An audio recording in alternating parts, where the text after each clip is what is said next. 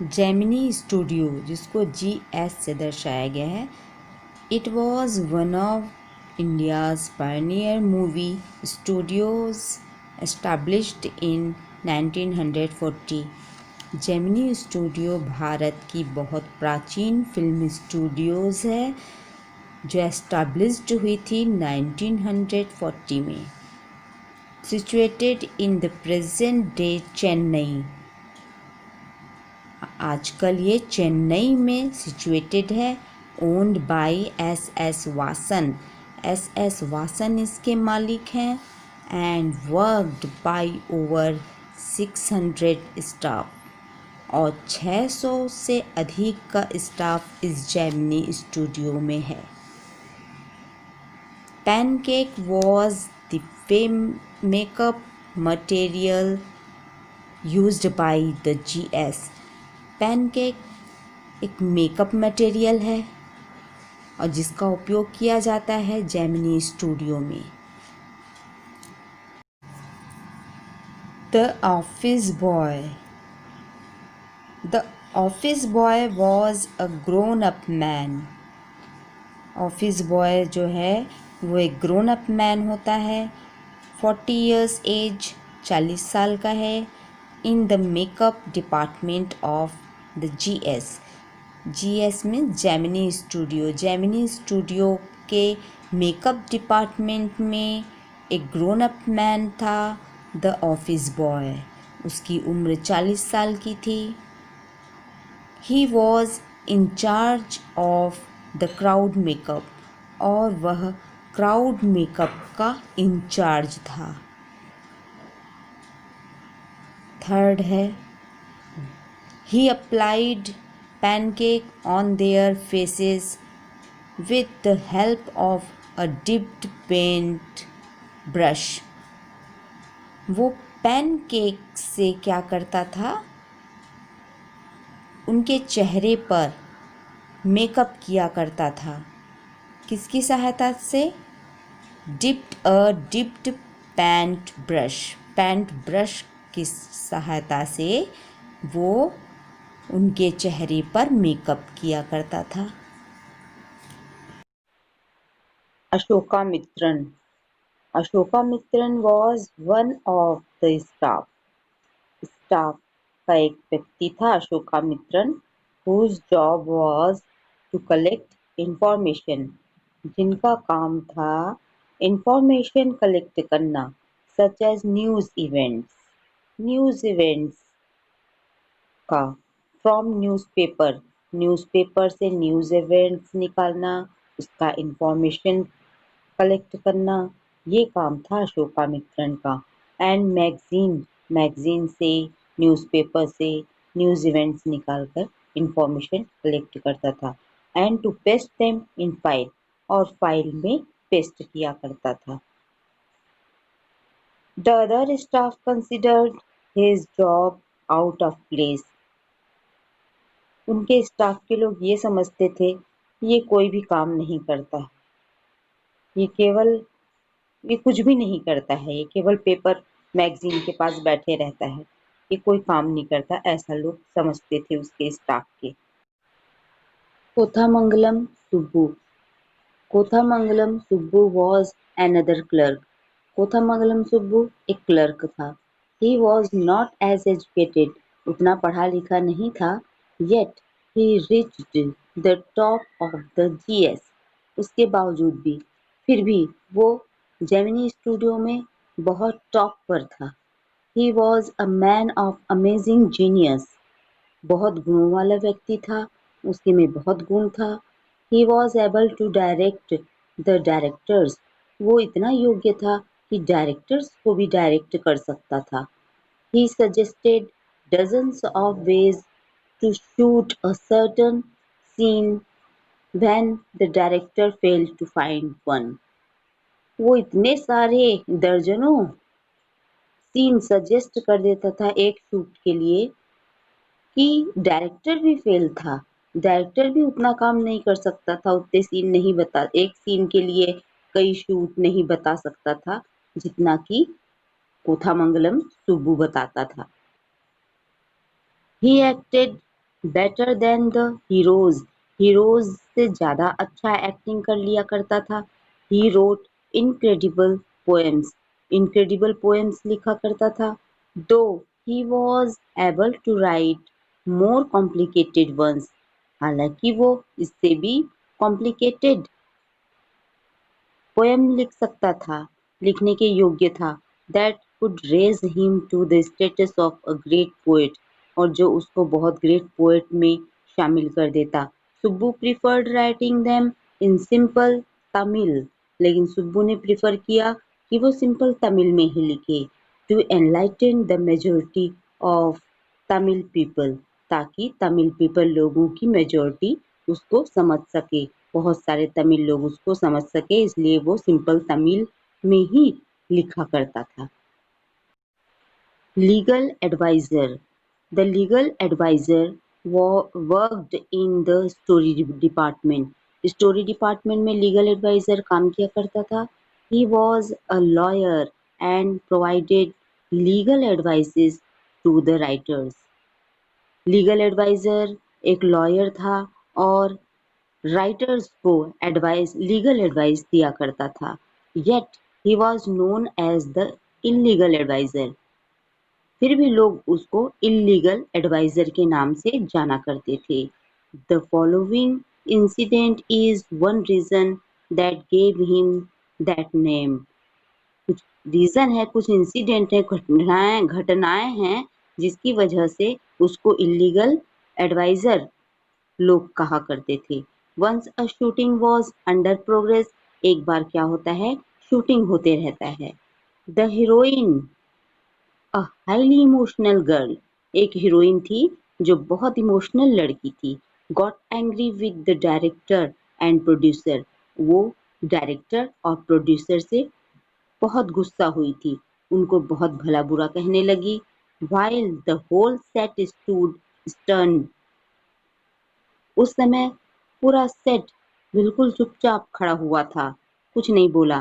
The legal adviser recorded her voice, legal adviser ने उसकी voice को रिकॉर्ड कर लिया विदाउट हर परमिशन, बिना उसकी परमिशन के। And made her listen to the playback, और उसको प्लेबैक में सुनाने लगा। Thus resulting the end of a rising actress, इससे वो एक्ट्रेस बहुत गुस्सा हुई और उसने अपना करियर ही वहां पर समाप्त कर दिया। Communism and MRA, communism was a new political order, communism एक नया राजनीतिक आदेश था। That was spreading through out the world, जो पूरे विश्व में फैला हुआ था। स्पेशली इन एशियन कंट्रीज, विशेष रूप से वो एशियन कंट्रीज में फैला हुआ था। कम्युनिज्म प्रीच्ड इक्वालिटी, ये कम्युनिज्म का काम क्या था, ये प्रीच किया करता था equality of people, equality of people को प्रीच किया करता था, एंड एबोलिशन ऑफ पॉवर्टी को प्रीच किया करता था, एंड क्लास डिवीजन को प्रीच किया करता था। इस पर ज्यादा जोर देता था, मतलब कम्युनिज्म का काम क्या था, equality of people, abolition of poverty, class division, इस पर ज़्यादा जोर दिया करता था वो। While it discouraged private ownership, और प्राइवेट ऑनरशिप को हमेशा डिस्करेज करता था। But communism von a negative impression, लेकिन कम्युनिज्म को एक निगेटिव इम्प्रेशन मिल गया ड्यू द कैपिटलिस्ट, कैपिटलिस्ट लोगों के कारण से, कैपिटलिस्ट कंट्रीज़ के कारण से इसको निगेटिव इम्प्रेशन मिलने लगा। सच एज अमेरिका, इसका बहुत बड़ा उदाहरण था अमेरिका, जो कि कैपिटलिस्ट होने के बाद भी बहुत विकास कर रहा था। एमआरए और moral rearmament army was an international team of actors. MRA इसका फुल फॉर्म है मॉरल रीअर्मामेंट आर्मी, जिसको अपन शॉर्ट में बोलते हैं एमआरए। एमआरए क्या चीज़ था, इंटरनेशनल टीम थी ये। क्या, किनकी टीम थी, इंटरनेशनल टीम, एक्टर और एक्ट्रेस की इंटरनेशनल टीम थी, जिनका काम क्या था, स्प्रेड एंटी कम्युनिस्ट फीलिंग, और ये क्या करने लगे, एंटी कम्युनिस्ट फीलिंग को फैलाने लगे थ्रू आउट द वर्ल्ड, पूरे विश्व में एंटी कम्युनिस्ट फीलिंग फैलाने लगे। The MRA came to Chennai, MRA Chennai से आया हुआ था, and saw how influential was Gemini, और देखा उसने कि जेमिनी का कितना प्रभाव है, जेमिनी स्टूडियो का कितना प्रभाव है यहाँ in the south of India, south India में कितना प्रभाव है ये देखा MRA ने। The team got permission from Vasan, Vasan ने उस टीम को तुरंत ही परमिशन दे दिया टू स्टेज देयर प्लेस, अपने प्लेस को स्टेज पे परफॉर्म करने के लिए तुरंत ही परमिशन दे दिया था। Vasan was only happy to give them permission, और वासन बहुत खुश थे उसको परमिशन दे करके, because he hoped that his staff would get inspiration from the international team. उनको क्या लगने लगा कि हमारा जो स्टाफ है वो कुछ इंस्पिरेशन लेगा इस इंटरनेशनल टीम से। But little did Vasan know of their intentions, लेकिन कुछ ही दिनों के बाद वासन ने उनके इंटेंशन को भांप लिया, जान गया उनके इरादों को कि वो किस इरादे से यहाँ पर आए हैं। MRA staged their plays with hidden anti communist messages, MRA stage पे परफॉर्म करने लगे अपने प्ले को हिडन एंटी कम्युनिस्ट मैसेजेस के साथ में, and went away, and it was yet after some time that Vasan realized that he had been fooled, और कुछ ही दिनों के बाद वासन जान गए कि वो मूर्ख बन गया है। Stephen Spender, Stephen Spender, who was once a prominent communist editor and poet from England, came to a studio and gave his speech. Stephen Spender जो हैं वो प्रोमिनेंट कम्युनिस्ट एडिटर और पोएट थे, इंग्लैंड से आए हुए थे, अपने इसी जेमिनी स्टूडियो में आए हुए थे अपनी स्पीच देने के लिए। His lecture was about communism on one side and about his struggle to establish as a poet on the other। एक तरफ तो उनका लेक्चर कम्युनिज्म पर होता था, कम्युनिज्म के बारे में होता था, और दूसरी तरफ पोएट को एस्टैब्लिश करने के लिए जो स्ट्रगल रहता है उसके बारे में उनका लेक्चर हुआ करता था। What ever he spoke was great, hot, exciting and inspiring. जो कुछ भी वो बोलते थे वो बहुत ही ग्रेट हुआ करता था, हॉट रहता था, एक्साइटिंग और इंस्पायरिंग रहता था, बट वॉट यूज़, लेकिन कोई मतलब का नहीं, कोई फ़ायदा का नहीं। His accent was such terrible, उनका एक्सेंट ही बहुत टेरिबल था, कोई समझ नहीं पाते थे। One that none of the Gemini staff could clearly understand what Spender had spoken. जेमिनी स्टाफ में से कोई भी व्यक्ति उनके एक्सेंट को समझ नहीं पाता था, उनकी भाषा को समझ नहीं पाता था कि स्पेंडर बोल क्या रहे हैं। They fell into shame for not being able to understand the poet and wished not to meet him again. और इसी वजह से पूरा जेमिनी स्टाफ ये समझने लगता था कि अब हमको स्टीफन स्पेंडर से कभी मुलाकात हो ही ना, कभी उनसे हम मिले मत। अशोकामित्रन्स मीटिंग स्पेंडर, अशोकामित्रन किस प्रकार से स्पेंडर से मिलते हैं।